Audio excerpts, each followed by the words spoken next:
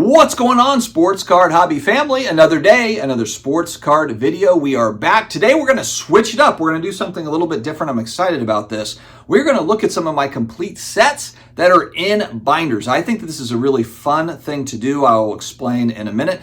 A couple of housekeeping notes. I will be at Atlanta Culture Collision at the end of the week. So if you happen to be in Atlanta, come and check out the Culture Collision show. It's going to be a great time. There's going to be a lot of people, a lot of friends set up, a lot of dealers at this show. It's growing and it's a mix of collectibles. So you'll have, of course, cards. You'll probably have some sneaker stuff, some comic books, a variety of different things. Heavy on cards for sure, but it's going to be a good time over there at the Culture Collision show. A couple of thank yous to our channel partners. You got to check out COMC.com. Are you on the hunt for that next NBA superstar or looking to find some Hall of Fame hockey autographs? Look no further than COMC. Their growing 35 million card inventory is a treasure trove for collectors with a wide range of options to suit every taste and preference. The user-friendly COMC interface allows you to filter and search for cards with ease, ensuring you find exactly what cards you're looking for to add to your collection. I've got links in the video description and the pinned comments to start your COMC journey today. Also, you're thinking about graded cards, but you're not sure what the heck to do.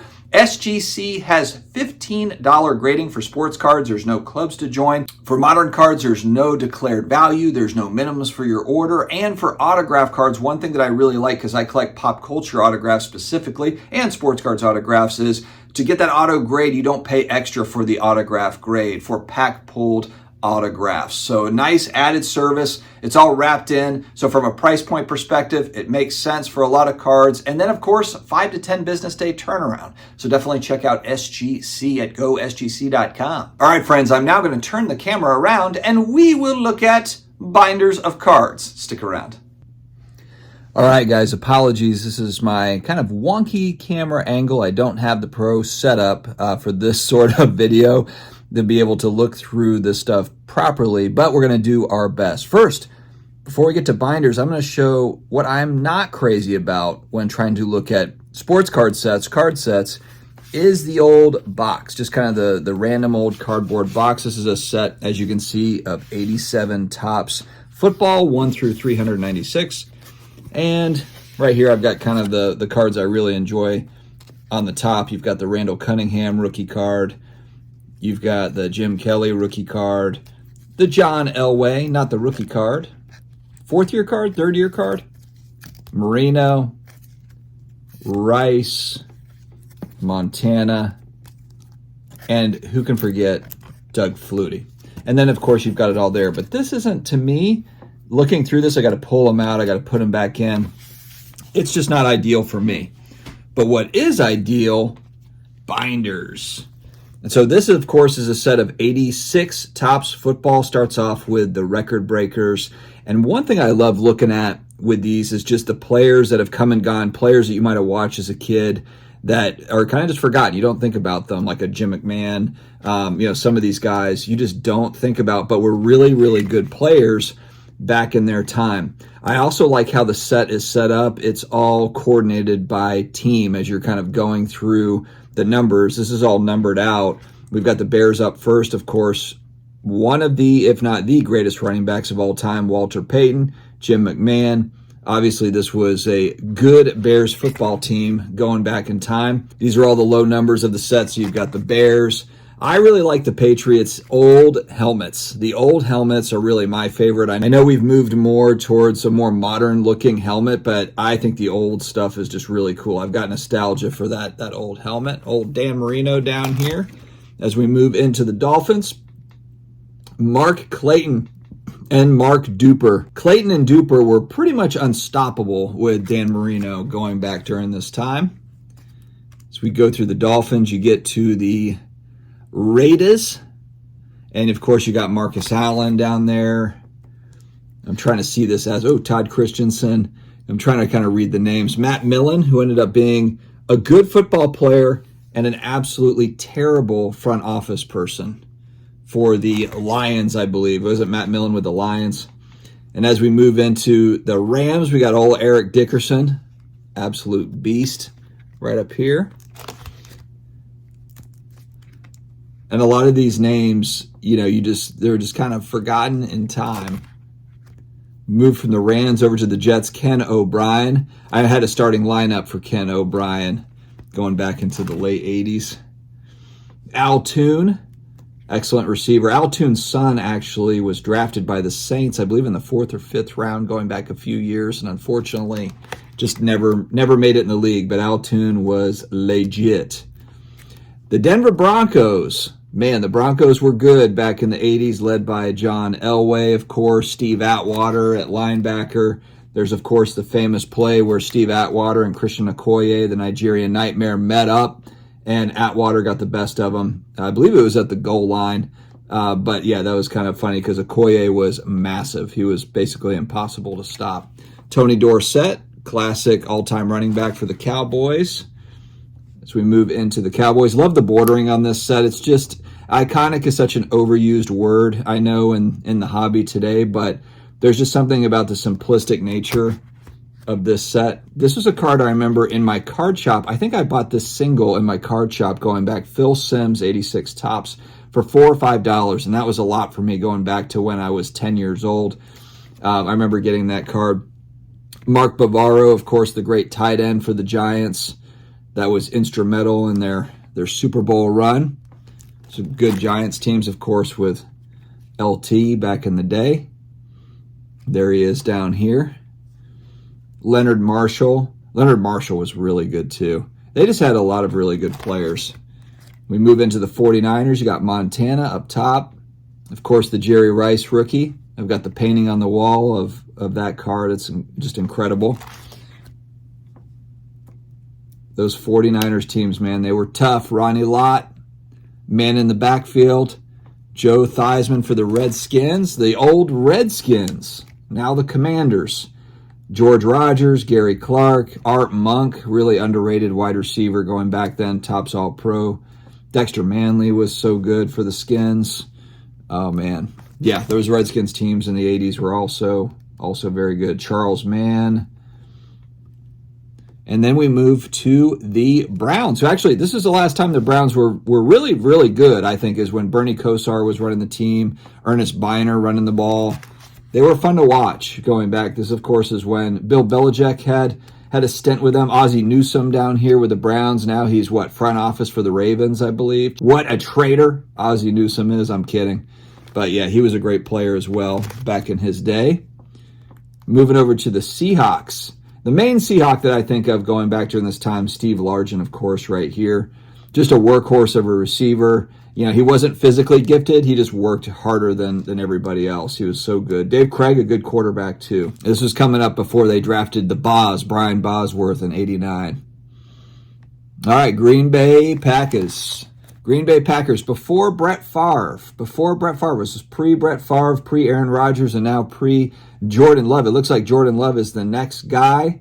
As far as that first full season for him, it was really strong. So we'll see if he can hold up. Chargers, Dan Fouts, another underrated quarterback back in the day. Dan Fouts.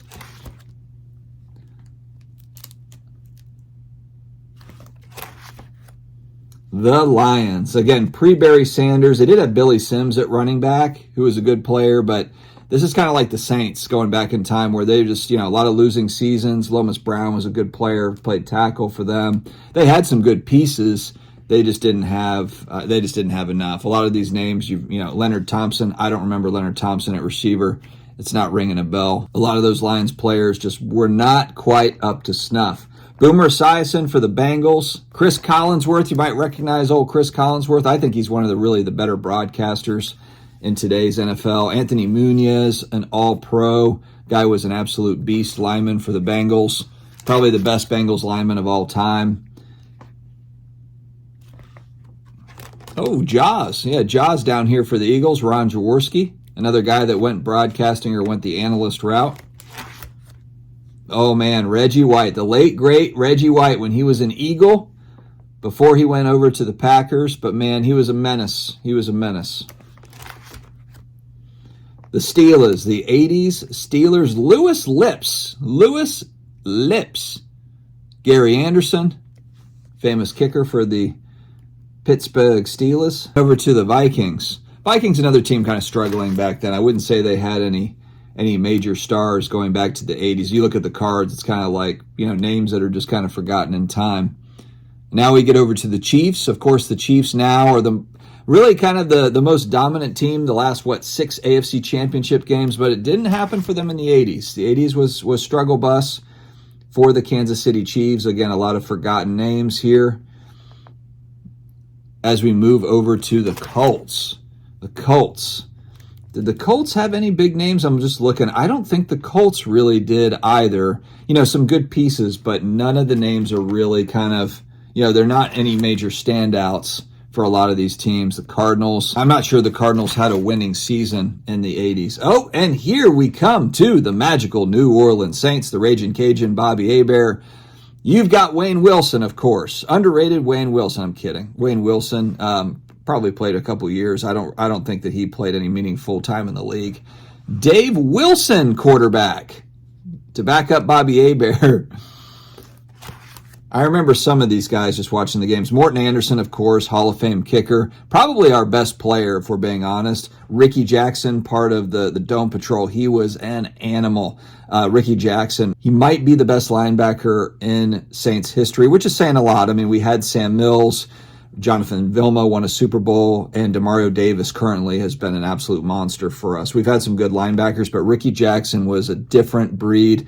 Jim Mora, the coach of the Saints going back in time, I watched an interview, and he was asked, is there one player that you would pick, like if you were in a bar fight, who would you want it to be? And he picked Ricky Jackson. So I think that pretty much says it all, given that he's been around a lot of players, Jim Mora. Warren Moon, one of my favorite players going back in time to the 80s for the Oilers, the Houston Oilers. He could just sling it, man. Warren Moon was unbelievable, and he didn't have an amazing team around him, but just made the team better around him. So I actually do have his rookie card here on my desk. It's the year before that, 85. Tops, of course, the black border. Classic set there, the 85 tops. Warren Moon was one of my favorites. The old Houston Oilers. The Atlanta Falcons, boo, Atlanta Falcons, and another team that just kind of struggled their way through the 80s. I don't think they had any sort of significant success in the 80s. Buccaneers, similar story, although they did have Steve Young. They had Steve Young for a time, and of course, he went off to the 49ers and had amazing success. The Bills, what a monster team. 4 straight Super Bowls in the 80s, and unfortunately just could not get over the hump. Jim Kelly and the Bills, Andre Reed, Bruce Smith, these are their rookie cards. Darryl Talley was an absolute menace. Old Jim Haslett, who ended up being a coach for the Saints later on, played for this Bills team. And then now we're going to the 1,000-yard club. Rushers, of course, Walter Payton, Marcus Allen, Steve Largent. 1,000-yard club, so rushing and receiving. Very cool. But that is the 86 Topps set for football. We'll shift over to a set for the junk wax era kids. These are fun packs to collect, and of course it's the Marvel 1990 Impel set. And a lot of the reason why I picked up these is I think I got this complete set. This is going back to 2018-19, but the whole set for $40 in the binder on eBay. And I've done this for all of these sets. We're in that price range, no more than maybe $70 or $80 for the complete set, because not necessarily worried about condition and all of that stuff. Although they're not in bad condition, a lot of the cards, it's more about just seeing kind of the whole checklist in one spot, and it just makes it for, you can see front and back very easily as opposed to pulling cards out of boxes and doing it that way. These cards were so vibrant back then, and of course there just wasn't a lot of Marvel releases, Marvel cards. This was the first one in the 90s. I know that there was old Donruss sets and that sort of thing, but these were the glossy version of Marvel cards. You've got some classics with the Wolverine, the Hulk. I think I just passed over the Spider-Man, the Captain America, another Hulk. So there's some really cool cards in this set. There's a Sabretooth in this set that I've got in a 10 grade. I do want to collect those in 10 grades. As they become more plentiful, the prices fall, because I just love the design and the look of the set. Again, when you're a kid, these are very, very vibrant cards in 1990 when you're used to it being kind of the cardboard stuff. Nothing wrong with the cardboard, but when they started to bring out the high gloss stuff, it definitely got your attention as a 10-year-old. The Punisher, Iron Man, and there were some of these cards too, like another Wolverine, She-Hulk, the Babe She-Hulk. You know, you have all these Captain Britain on here. And I remember some of these just seem to be harder to pull in packs than others. So that's another reason why I like to have this set to where I can actually go through. And was there any that I was missing? Because I did buy a lot of packs of these, and there were holograms. So this is the set this set doesn't include the actual holograms, and those were kind of chase cards, where the cool holograms, there's kind of a separate set. I remember this Bullseye card being one of my favorites. The Daredevil and the Bullseye cards were some of my favorites in this particular set. You've got the Venom card here that's popular. Just cool action shots. You've got the rookies. I always love this card. The Ghost Rider rookie card. Deathlock, I remember having the comic book for Deathlock going back. And so I kind of like that they mixed in some rookies. There's not a lot of them. Guardians of the Galaxy rookies, you know, right here. And then, of course, you've got Famous Battles and so forth. I think that's all of the rest of them, and then covers and that sort of thing. All right, we have to move to my favorite set of all time. I've talked about it on the channel, and it's 89 score football, of course. And it starts at card number 1 with Montana, Bo Jackson, Esiason, Sims.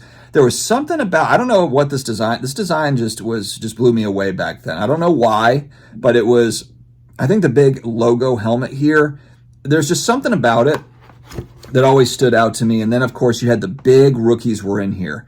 You know, you had, of course, the vets. You had Dan Marino. You had the Michael Irvin rookie. There were so many big rookies, but also just so many, vets that you were also looking at, like Mark Clayton even. Oh, you pulled Mark Clayton. I'm talking about as like a 10-year-old kid. You're like, man, these are awesome. Mark Jackson, receiver for the Broncos. Bubby Brister was a guy that's funny for the Steelers. There was a short period of time where it was like, is Bubby Brister going to be the guy in Pittsburgh? Such a big franchise. They're always looking to kind of that, who's going to be that next guy, kind of like what we do in today's prospecting. But Bubby Brister had his moment for the Steelers where, you know, they thought this could be him. It only lasted a couple of seasons, but, you know, Bruce Smith up here, Charles Haley, Dalton Hilliard. I remember this card. And also the Saints cards. I was like, man, these cards are so damn cool looking. And all the Saints cards I tried to collect as singles, you know, going back then, just because I thought they were awesome. Pat Swilling, of course, part of the Dome Patrol. Christian Okoye, we had talked about, you know, down below here. Bobby Hebert, the Ragin' Cajun, the man that nobody could stop. The only person that could stop him was himself, and he did it often.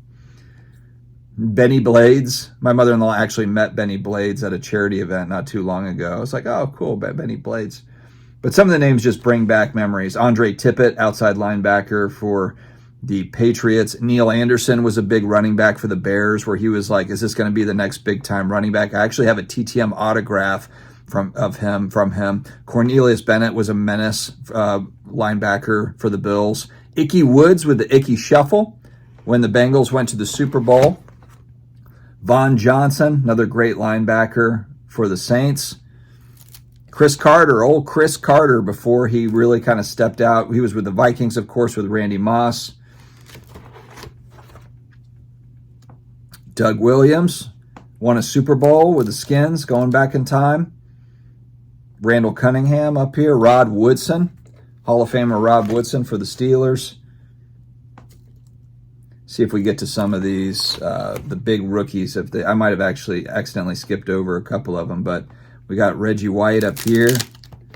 It's a little bit crackly in these binder pages. Keith Jackson, great tight end for the Eagles. Gary Clark, Mark Rippon, old Mark Rippon. What is his son? Is his son Brent Whippon or Brett Whippon? Brett Rippon, I believe, was in the league or still in the league. Dave Craig, quarterback for the Seahawks. Bruce Matthews.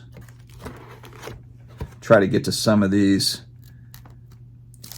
rookies. I really like the old creamsicle Bucks. Of course, I can't stand the Bucks as a division rival, but I wish that a lot of these teams would just go back to their old stuff. Like the old Falcons helmets, I think are awesome. The old Bucks creamsicle stuff was cool. The old Patriots, just love that. I can't remember, but maybe the rookies are later in the numbering. Yeah, Ricky Jackson. Reuben Mays, running back for the Saints. But of course, there's a lot of filler guys, you know, in the set. So everybody's chasing, Barry Sanders rookie cards and Deion Sanders rookie cards. Here, I'll try to get through some of these. Oh, man, a big name back then, Don Majkowski. Don Majkowski was the guy. I think he was on a Beckett magazine. Don Majkowski was that next great Packers quarterback. Was he drafted number 1? Or I know he was drafted in the first round, maybe number 1 overall. Merle Hodge, running back for the Steelers, of course, now in broadcasting. Chris Spielman, also another guy, one of the best lines players of all time, played linebacker for them. And then I think he's in coaching or in the front office for the Lions, too, I believe. Brian Blades and Benny Blades, the Seahawks brothers. Carl Mecklenburg, linebacker for the Broncos. There's Matt Millen again. Just don't run a team, Matt Millen, and you're good.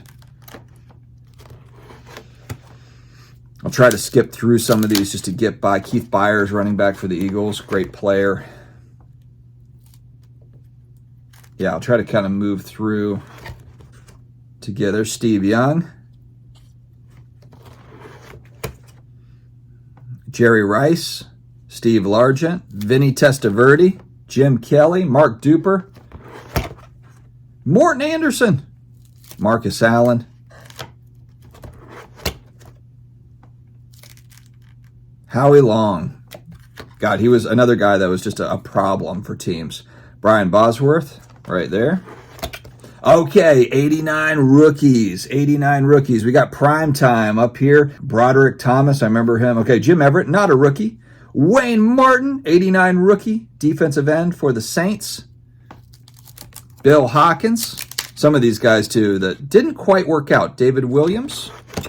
This was a huge card back then. Derek Thomas, 89 rookie. Unstoppable linebacker for the Chiefs. Unfortunately, passed away at an early age. There's the one of the biggies, Barry Sanders. The Barry Sanders rookie card. Eric Metcalf, great running back. Scat back for the Browns. Steve Atwater, rookie for the Broncos. There's the Troy Aikman rookie card. Tony Mandarich, famously taking roids on the cover of what, Sports Illustrated or one of the big magazines. But Tony Mandarich going to be the best tackle of all time. All the hype.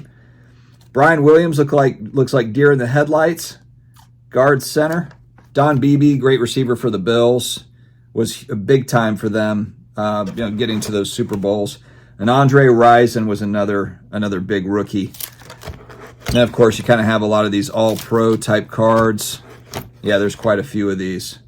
So that is the meat of 89 score football. Were there any more? Oh yeah, okay. So you've got some just regular. You've got some coach cards, record breakers, Sterling Sharp. Oh yeah, I forgot. I've got some 89 score This is 89 score supplemental. So a separate set. But that's the Sterling Sharp rookie card right there. Of course, Brett Favre's buddy.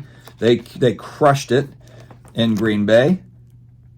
And Sterling Sharp is really kind of the main highlight of that supplemental set. All right, guys, I did have a couple of other sets, but I don't want the video to be an hour long. So I hope that you enjoyed this kind of a little trip down memory lane. I might do another one of these too. I've got a few more sets, like I said, and just kind of flipping through is something I do as a stress relief. So we'll try to do it again at some point. Don't forget, stay healthy, stay awesome, and I will talk to you again later.